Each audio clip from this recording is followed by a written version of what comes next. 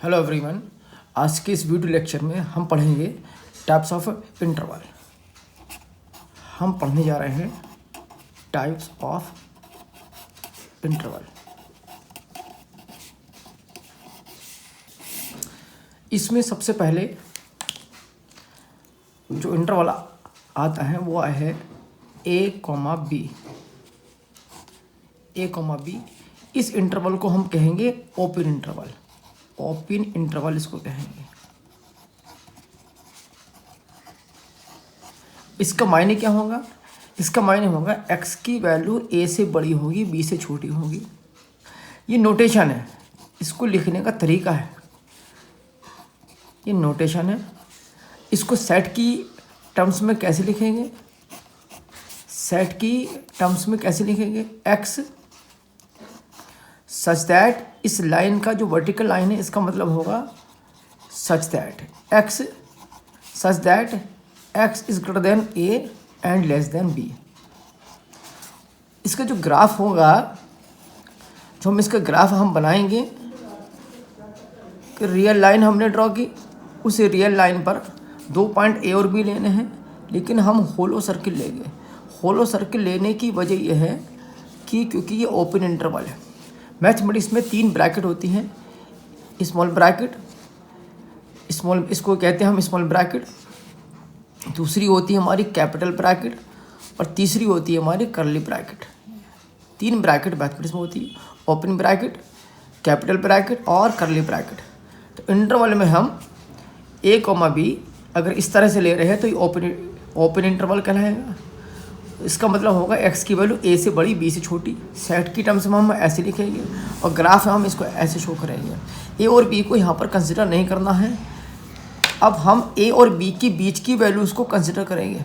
a से बड़ी, b से छोटी, a से बड़ी, b से छोटी, तो हमारा ग्राफ ये आ जाएगा। तो हमारा जो सोल्यूशन होगा वो ग्रीन लाइन होगा। ये हमारा सोल्यूशन, a और b हमारे सोल्यूशन का पार्ट नहीं है। सिर्फ जो ग्रीन लाइन मैंने जो शो करी है, a से बड़ी और b से छोटी, यही हमारे सोल्यूशन का पार्ट होगा। ये एक हमारी रियल लाइन। तो रियल लाइन पर ये एक रियल लाइन है। रियल लाइन पर 2 पॉइंट्स हैं a और b, उनके बीच की वैल्यू को कंसिडर किया जाएगा, और उन वैल्यूज़ जो a और b है, इन वैल्यूज़ को हम कंसिडर नहीं करेंगे क्योंकि ये ओपन इंटरवल है। दूसरा इंटरवल हमारा a b, इसको हम कहेंगे क्लोज इंटरवल। इसको कहेंगे हम क्लोज इंटरवल। इसका मायने क्या होगा? इसका मायने होगा x की वैल्यू a से बड़ी और इक्वल भी होगी, b से छोटी और इक्वल भी होगी। सेट के टर्म में इसको कैसे लिखेंगे? x such that x is greater than and also equal to a and less than and equal to b। Graph में इसको कैसे शो करेंगे? एक लाइन बनाई, अब की बार a और b को हम डार्क कर देंगे क्योंकि हमें a और b भी कंसिडर करके चलना है। तो होलो का मतलब होगा, होलो मीन्स नहीं लेना है, ये वैल्यू नहीं लेनी है। डार्क मीन्स ये वैल्यू लेनी है। अगर ये पॉइंट a है तो a को हमें कंसिडर करके नहीं चलना है, और अगर कोई पॉइंट डार्क बना दिया और ये a है तो इसको हमें कंसिडर करके चलना है। तो यहाँ पर a और b क्लोज इंटरवल है, तो यहाँ a और b ये आ जाएगा ये नंबर लाइन पर, और इनकी वैल्यूज़ को हमें कंसिडर करना है, और इनके बीच की वैल्यूज़ को भी कंसिडर करना है। तो ये वाली वैल्यू भी कंसिडर हो जाएगी क्योंकि क्लोज है। a और b भी लेना है और इनके बीच की वैल्यूज़ भी हमको लेनी है। तीसरा interval a, b, open close, it is called open close interval. कैसे रिप्रेजेंट करेंगे? x is greater then a and less then b। ये इक्वल टू क्यों आया? इक्वल टू इसकी वजह से आया। यहाँ पर इक्वल टू क्यों नहीं आया? क्योंकि यहाँ पर सिर्फ ब्रैकेट लगी हुई हैं, ये स्मॉल वाली, इसलिए हम इसको कंसिडर नहीं करेंगे। सेट की टर्म में कैसे लिखेंगे? x such that x is greater then a and less then b। Graph में कैसे शो करेंगे? ग्राफ में शो इस तरह से करेंगे, a को कंसिडर किया जाएगा इस बार, a पर डार्क सर्किल, सॉलिड सर्किल भी कहते हैं इसे, और b पर हम होलो सर्किल बना देंगे, और इनकी बीच की वैल्यूज़ को भी हमें काउंट करना है, ये भी काउंट करना है। a, b ये क्लोज इंटरवल, इट मीन्स कि a को कंसिडर करना है, b को कंसिडर नहीं करना है, और a ए के बाद की सारी वैल्यूज़ को हमें कंसिडर करना है बी तक, लेकिन बी को कंसिडर नहीं करना। क्यों? क्योंकि बी हमारा ओपन इंटरवल है, बी पर हमारी जो ब्रैकेट लगी वो स्मॉल लगी हुई है। ए को कंसिडर करना क्योंकि यहाँ पर जो ब्रैकेट लगी हुई है वो क्लोज लगी हुई है। क्लोज का मीन्स ये है कि वो वैल्यू हमें कंसिडर करके चलनी है। Next is A comma B, X is greater than and A and B. ये नहीं आएगा क्योंकि यहाँ स्मॉल लगा हुआ है। ये ऐसे सेट के टर्म में कैसे लिखेंगे? X such that X is greater than A and less than B. Graph कैसे इसका बनाएंगे? ग्राफ में ए से बड़ी वैल्यू और बी से छोटी वैल्यू। बी यहाँ ले लिया, लेकिन इस बार बी को हम सॉलिड बनाएंगे क्योंकि बी पर हमारा ब्रैकेट कैपिटल लगी हुई है। यहाँ पर ए, ओके, यहाँ होलो रहेगा। अब इस पर हम यहाँ से ग्रीन बना दें। ग्रीन लाइन का मतलब ये है कि सारी वैल्यूज़ हमें ये लेनी, बी से पीछे की सारी वैल्यूज़ को हमें कंसिडर करना है ए तक, लेकिन ए वैल्यू नहीं लेनी क्योंकि ए पर होलो सर्किल लगा। होलो सर्किल आने के पीछे रीज़न ये है क्योंकि यहाँ पर ए पर स्मॉल ब्रैकेट लगी हुई है और यहाँ पर जो बी पर जो सॉलिड सर्किल है इसके पीछे रीज़न ये है क्योंकि यहाँ पर बी पर जो है कैपिटल ब्रैकेट लगी हुई है। तो कैपिटल ब्रैकेट जब भी लगी होगी उस वैल्यू को कंसिडर करना है, उस पॉइंट को हमें लेके चलना है, और अगर स्मॉल ब्रैकेट लगी हुई है तो उस पॉइंट को हमें कंसिडर करके नहीं चलना है। ये जो चार जो मैंने आपको इंटरवल बताया, इन चारों को हम कहते हैं फाइनाइट इंटरवल। फाइनाइट इंटरवल इनको बोलते हैं, फाइनाइट इंटरवल। अब कुछ और मैं इंटरवल मैं आपको बताने जा रहा हूँ। पहला इंटरवल है ए इन्फिनाइट। ए इन्फिनाइट इसका मतलब क्या होगा कि x की वैल्यू a से बड़ी, इन्फिनाइट से छोटी। सेट के टर्म में कैसे लिखेंगे? x such that x is greater then a and less then infinite. Diagram कैसे बनाएंगे? इसका ग्राफ कैसे बनाएंगे? a को होलो रखना है, और यहाँ पर सारी वैल्यूज़ को कंसिडर करना है, सारी वैल्यूज़ को कंसिडर करके चलना है। ए इन्फिनाइट, ए को होलो रखना क्योंकि ए पर स्मॉल ब्रैकेट लगा हुआ है। तो इसका ए इन्फिनाइट का मतलब ये होगा एक्स की वैल्यू ए से बड़ी, इन्फिनाइट से छोटी।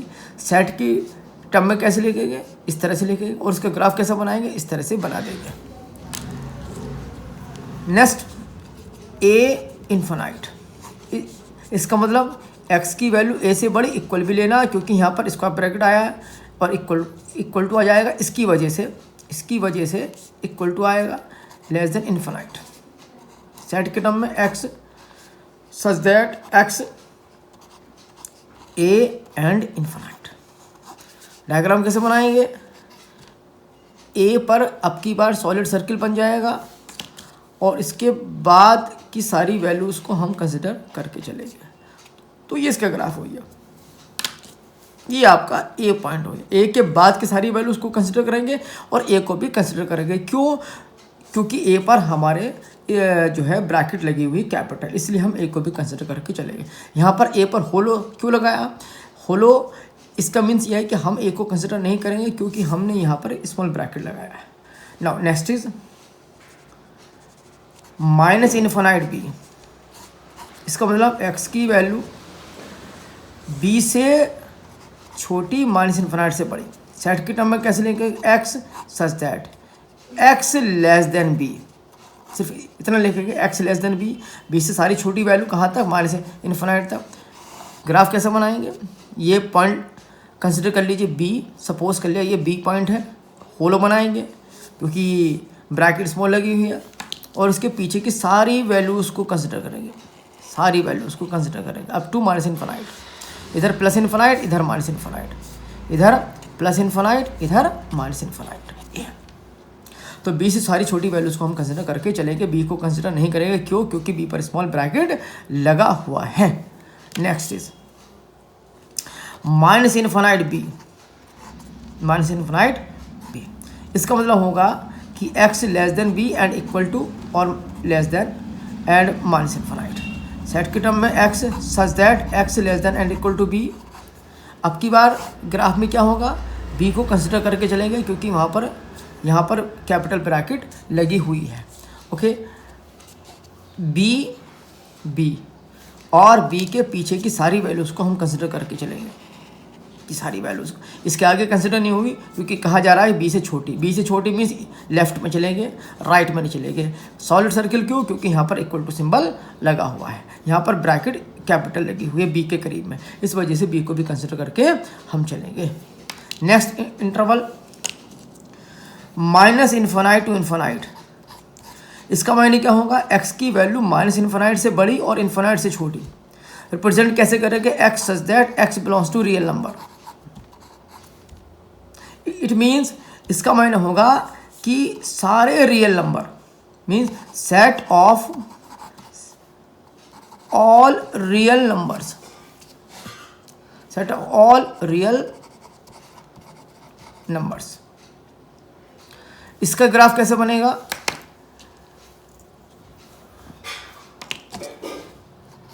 नंबर लाइन बनाई, यहाँ पर एरो बनाया, माइनस इन्फिनाइट इधर है, प्लस इन्फिनाइट इधर है, और इसके सारी बीच की वैल्यू को भी हम कंसिडर करेंगे, ये ओके। तो एक बार मैं रिवाइज में करा देता हूँ। आज मैंने क्या आपको पढ़ाया? मैंने पढ़ाया आपको कि इंटरवल के टाइप्स कितने होते हैं, उनकी नोटेशन बताई, उनको कैसे रिप्रेजेंट किया जाता है, उनको सेट के टर्म में कैसे रिप्रेजेंट किया जाता है, और उनके ग्राफ कैसे बनते हैं। मैथमेटिक्स में 3 तरह की ब्रैकेट होती है, स्मॉल ब्रैकेट, कैपिटल ब्रैकेट और कर्ली ब्रैकेट। स्मॉल ब्रैकेट को यहाँ पर कहा जाएगा ओपन इंटरवल, और इस वाली ब्रैकेट को इस वाली ब्रैकेट को कहा जाएगा क्लोज इंटरवल। ओके, इसका अभी कोई रोल नहीं है। अभी मैं इसको आगे आने वाली वीडियो लेक्चर में मैं इसको डिस्कस करूँगा, इनमें कौन सी वैल्यू, इस वाली ब्रैकेट में कौन सी वैल्यूज आती है। तो 4 तरह की ये जो इंटरवल बताए, ये हमारे फाइनाइट इंटरवल है। और ये जो मैंने लास्ट ये बताया 5, 1 2 3 4 5, इनको कहा जाएगा इनफाइनाइट इंटरवल। इनफाइनाइट इंटरवल कहा जाएगा, क्योंकि इसमें इन्फिनिटिव सिंबल शामिल है। ये वाले, तो these are finite interval and these are infinite interval, because क्योंकि इसमें इनफाइनाइट सिंबल इंक्लूड है। ओके, तो इंटरवल हमारे कितने टाइप के होते हैं वो मैंने आपको बताया, उनकी नोटेशन क्या होती है वो मैंने आपको बताया, उन इंटरवल को सेट की टर्म्स में कैसे लिखा जाता है वो मैंने आपको बताया, और उन इंटरवल्स का ग्राफ कैसे बनता वो भी मैंने आपको बताया। ठीक है ना। तो अब आपको 3 काम करने हैं। इन 3 काम में से नंबर 1 काम ये है कि आपको इस चैनल को सब्सक्राइब करना है और बेल आइकन को प्रेस करना है, ताकि आने वाली वीडियोज़ की नोटिफिकेशन आपको मिलती रहे। सेकंड काम ये है कि आपको उसको लाइक करना है, शेयर करना है अमंग फ्रेंड्स, ताकि वो भी इसका फ़ायदा उठा सकें। और तीसरा काम ये है जो सबसे इम्पोर्टेंट है कि इनको आपको जो मैंने ये पढ़ाया इनको आपको रिवाइज़ करना है, घर बैठ के इनको रिवाइज़ करना है। मैथमेटिक्स को देखने से, सुनने से, पढ़ने से मैथमेटिक्स नहीं आता। मैथमेटिक्स तो करने से आता है। अगर कोई ये कहता है कि हमने मैथमेटिक्स को पढ़ लिया, देख लिया, सुन लिया, तो भाई नहीं, मैथमेटिक्स ऐसा नहीं आता। मैथमेटिक्स तो करने से आता है। इसलिए कहा जाता है, एक मैथमेटिशियन हुए हैं, उन्होंने कहा भी है कि the only way to learn mathematics is to do mathematics, कि मैथमेटिक्स को सीखने का सिर्फ एक रास्ता है, वो है कि भाई मैथमेटिक्स को कर लिया जाए। ठीक है ना। ये तो आप इनको रिवाइज़ करना। मैं आने वाली वीडियो में और मैथमेटिकल कंसेप्ट को मैं डिस्कस करूँगा, और अगर कोई आपको डाउट है, कोई क्वेरी करनी है, तो उसको कमेंट सेक्शन में आप उसको बता देना, मैं उसको रिप्लाई मैं कर दूँ। हालांकि मैंने सब कुछ एक्सप्लेन कर दिया, फिर भी अगर कोई डाउट रहा तो आप उसको कमेंट सेक्शन में लिखिएगा कि क्या आपको डाउट है, मैं उसका रिप्लाई ज़रूर करूँगा। और इसे रिवाइज आपको करना है। Till then, thanks for watching.